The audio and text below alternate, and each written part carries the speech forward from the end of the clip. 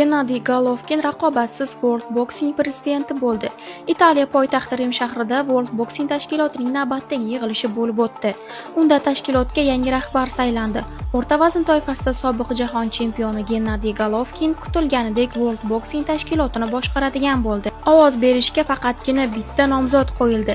Saylov raqobatdan xoli o'tdi. Qozog'iston Milliy olimpiya qo'mitasi prezidenti ikkinchi muddatga nomzodini qo'ymagan niderlandiyalik Boris van der Vorsning o'rnini egalladi. Mening missiyam boksning olimpiya kelajagini saqlab qolish, ishonchni mustahkamlash va sportchilarni, murabbiylarni, federatsiyalarni sportimizni rivojlantirishga bo'lgan intilishlarida qo'llab-quvvatlashdan iborat.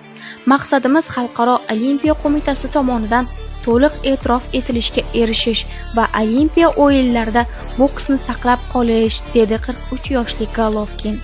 Ma'lumot uchun 2025-yil boshida World Boxing tashkiloti Xalqaro olimpiya qo'mitasi tomonidan tan olingan edi.